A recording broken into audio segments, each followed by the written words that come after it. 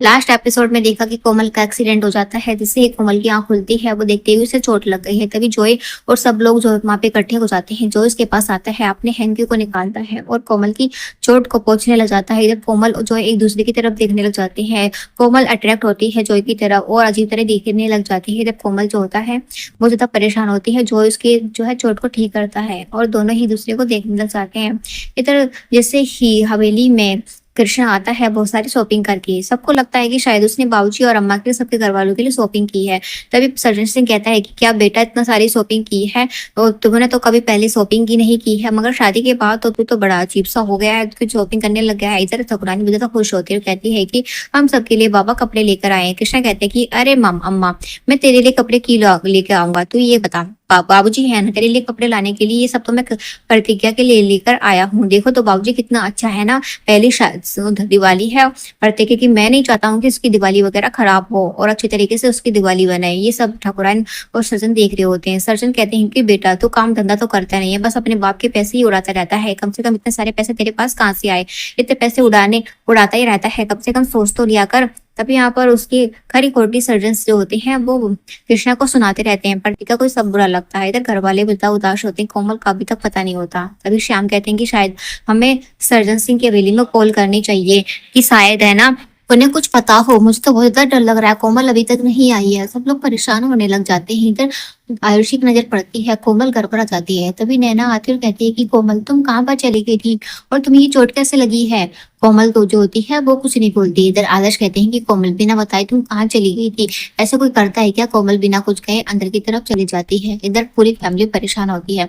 इधर कृष्णा जो होते हैं वो प्रतिज्ञा के पास आते और कहते हैं कि देखो त्योहार है तुम्हारा, मैं नहीं चाहता हूँ कि त्योहार पर कोई कमी रहे और ये सब तुम्हारे लिए है, पहन के दिखाओ कैसा लगा है। इधर यहाँ पर प्रतिज्ञा कहती है कि जो घर वाले कहते हैं तुम्हें बिल्कुल भी अच्छे बुरा नहीं लगता है, मुझे बोलता बुरा लगता है कोई तुमसे इस तरीके से कहता है तो। कृष्ण कहता है कि अपने कानों को बंद कर दिया करो, कोई बात नहीं, मेरे बारे में ऐसा किस कहता है तो तुम्हें बुरा लगता है ना, इतना ही काफी है। क्योंकि मेरी बीवी को बुरा लगे और वो तो बस मुझे तो अपनी बीवी पे इस तरीके से प्यार आता है। और चलो ना ये सब गुस्सा छोड़ो, तुम्हें ना ये वाली साड़ी पहन के दिखाओ और मैं तुम्हारे लिए तो सब कुछ लेकर आया हूँ, जाओ अभी पहन के दिखाओ।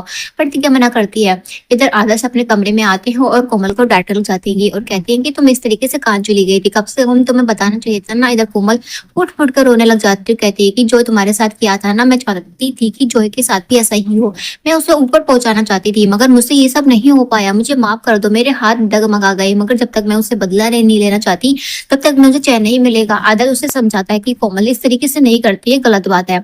इधर आयुषी कहते हैं कि अमन बहुत ज्यादा बिजी हो गए, मैं ही कॉल कर लेती हूँ।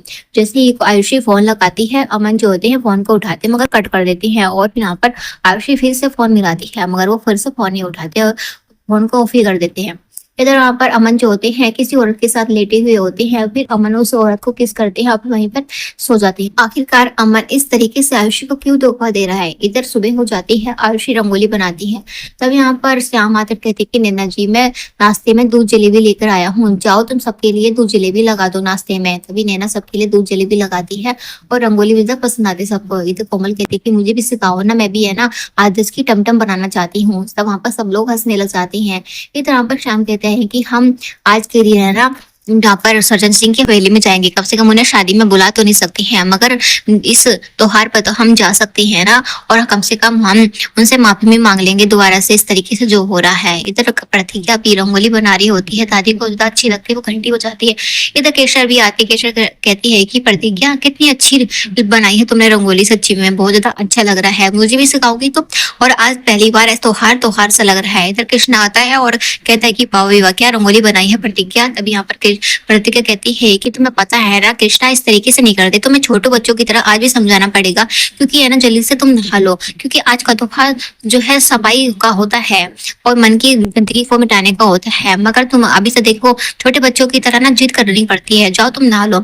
इधर ठाकुराइन और ठाकुर साहबाद आते हैं। इधर ठाकुराइन देखती है और कहती है कि सब क्या है। तभी कृष्णा कहता है कि अम्मा तुझे पता नहीं सब क्या है, रंगों की रंगोली है और सब कुछ ठीक तो हो रहा है, ऐसे ही बनाया जाता है। इधर ठाकुर कहते हैं कि और चिल्लाने लग जाते हैं कृष्णा से, तुझे पता नहीं है यहाँ पर खेला खेला जाता है और ये सब बनाने की क्या जरूरत है, चार पीए से पानी लेकर आ। तभी पीएसिया उस पर रंगोली पे पानी फेर देती है। ये सब देख के प्रतिज्ञा का दिल टूट जाता जाता है क्योंकि इतनी मुश्किल से उसने रंगोली बनाई ही होती है। प्रतिज्ञा की आंखों में आंसू होते हैं। ठाकुराइन और ठाकुर साहब जो होते हैं प्रतिज्ञा को देखते रहते हैं और वो उसके तरह स्माइल करते हैं। इधर ठाकुर साहब कहते हैं कि यहाँ पे सफाई कर पिए, जल्दी से यहाँ पर शाम को खेला खेला जाएगा, आए रंगोली बनाने के लिए।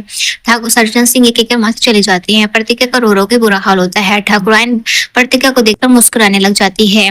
क्या अब कृष्णा कोई कदम उठाएगा? क्या प्रतिज्ञा की इस तरीके से बिगड़ती रंगोली का क्या पड़ेगा उन दोनों के रिश्ते पे असर?